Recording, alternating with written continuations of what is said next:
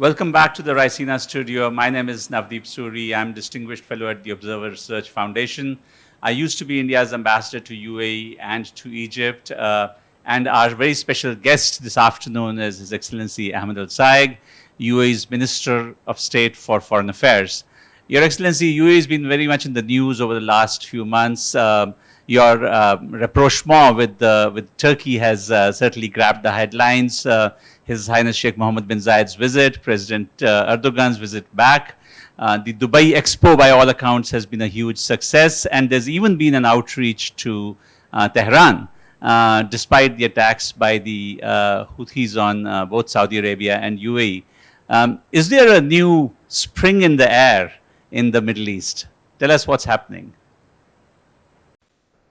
Thank you very much for this opportunity to participate in this wonderful dialogue, and I am looking forward to listening to others also throughout the day, come up with more answers and responses to the challenges, and discover pathways to opportunities for the world and for our region.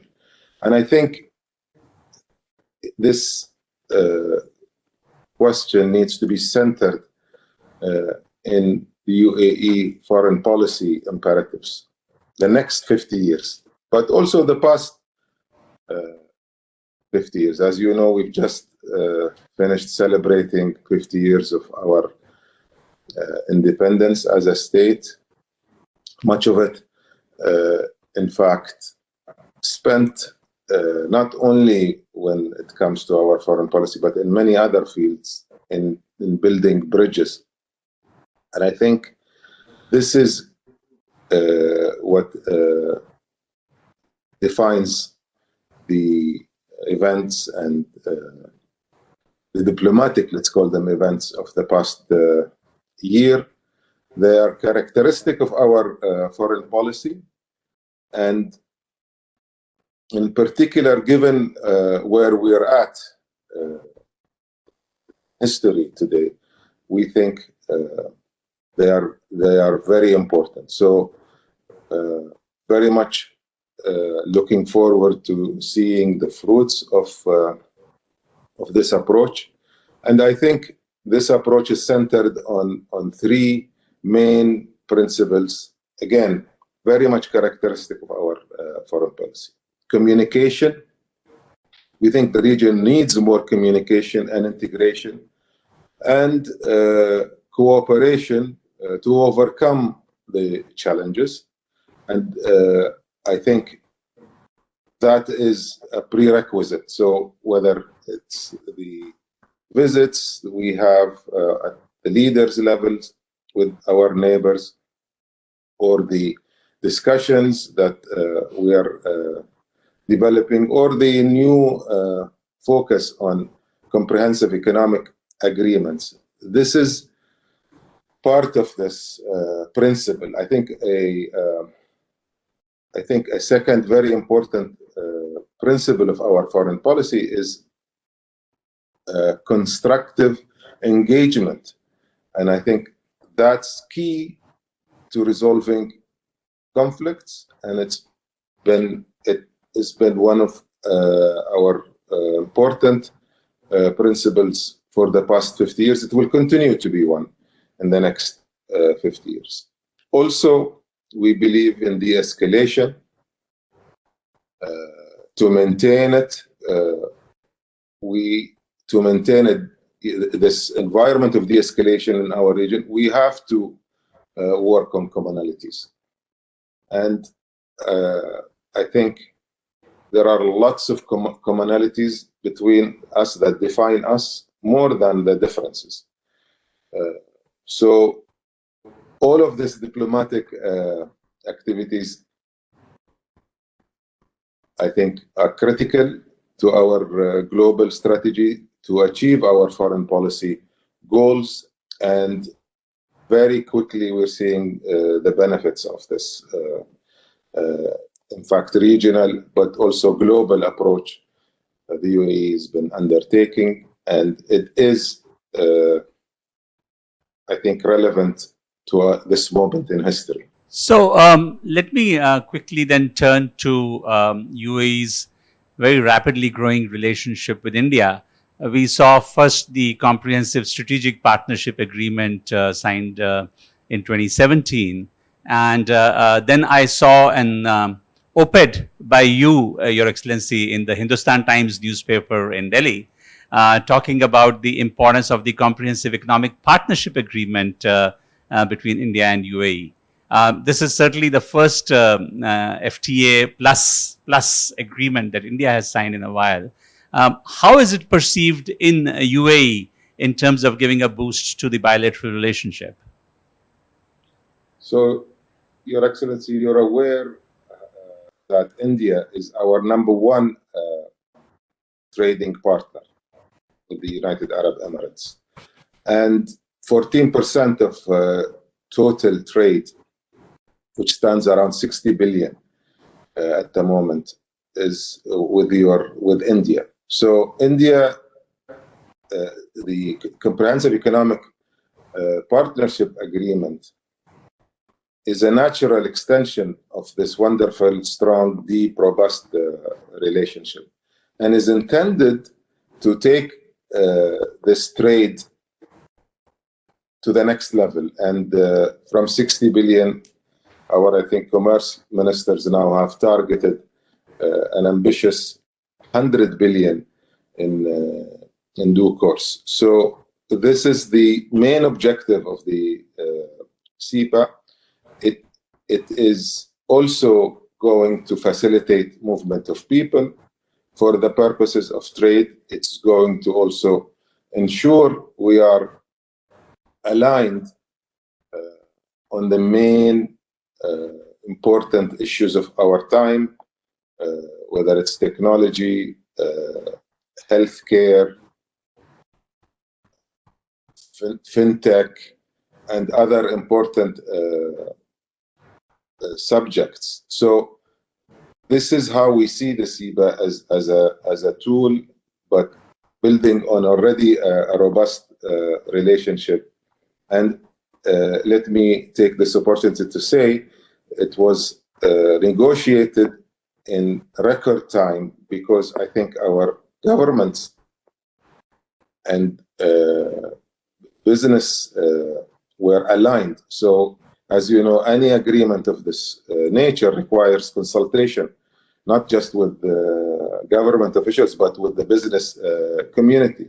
And the business community in both countries embraced the objectives of this economic partnership agreement and pushed for it, and therefore was delivered in record time. We hope to see more benefits.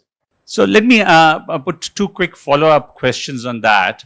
One is, do you also see the CEPA promoting investment and not just trade? And secondly, do you see it as becoming some kind of a template for an India GCC FTA? Because suddenly I see new life in those negotiations also with the GCC as a whole, and those negotiations had been dormant for quite a while. The CEPA references our bilateral investment treaty. So United Arab Emirates have been investing in, and the vice versa, Indians have been investing in the UAE on the basis of this treaty since 2013, if I'm not mistaken. It's a great treaty, and the CEPA references this treaty, in fact, to ensure it is upgraded to reflect the ambitions of this comprehensive economic partnership. This negotiations, the second round of negotiations, have already started on upgrading this investment treaty. Our experience was this investment treaty facilitated our investments into India, and particularly in infrastructure.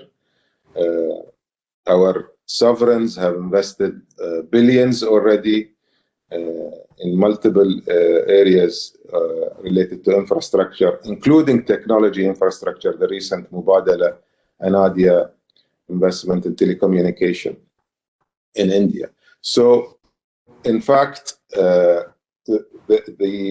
these two treaties complete each other, and they're both headed to producing, in fact, massive trade and capital flows between the two countries. Your Excellency, it's less than 2 years since the dramatic announcement of the Abraham Accords and the establishment of normal diplomatic relations between UAE and Israel. And we've seen a real dynamism in that relationship. It's also creating new opportunities. And one of those opportunities that has come up as a result of the Abraham Accords is this new partnership being formed of 4 countries, United States, UAE, Israel, and India. How do you see this going forward? The economic partners made up of these 4 countries are definitely focused on aligning our positions on economic issues. So this group, first job is to do that at the government-to-government level. And it is also a catalyst for business-led initiatives on sustainability, energy,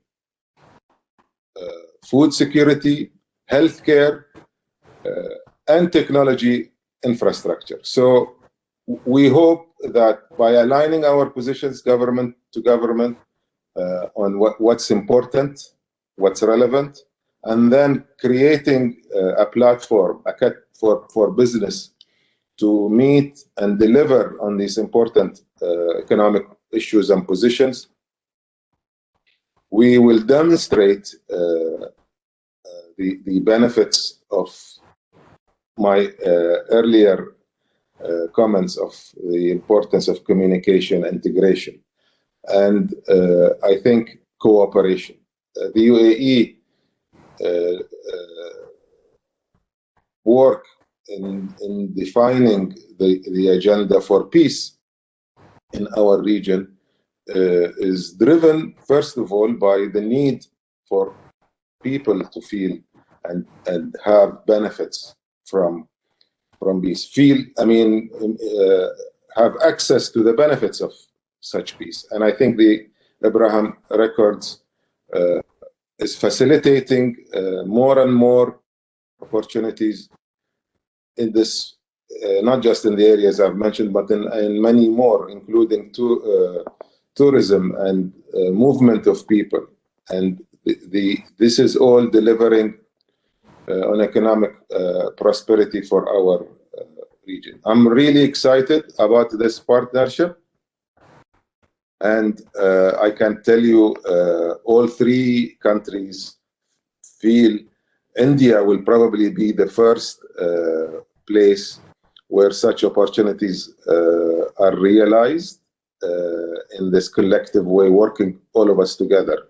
And I hope when we announce our chosen projects in this space, they will reflect our ambition for our region, for peace and prosperity in the world. That's a wonderfully optimistic assessment, both at the bilateral and the regional level. Your Excellency, Ahmed Alzaig, thank you very much for joining us at the Raisina studio. Thank you very much. I look forward to seeing you soon. Inshallah. Thank you.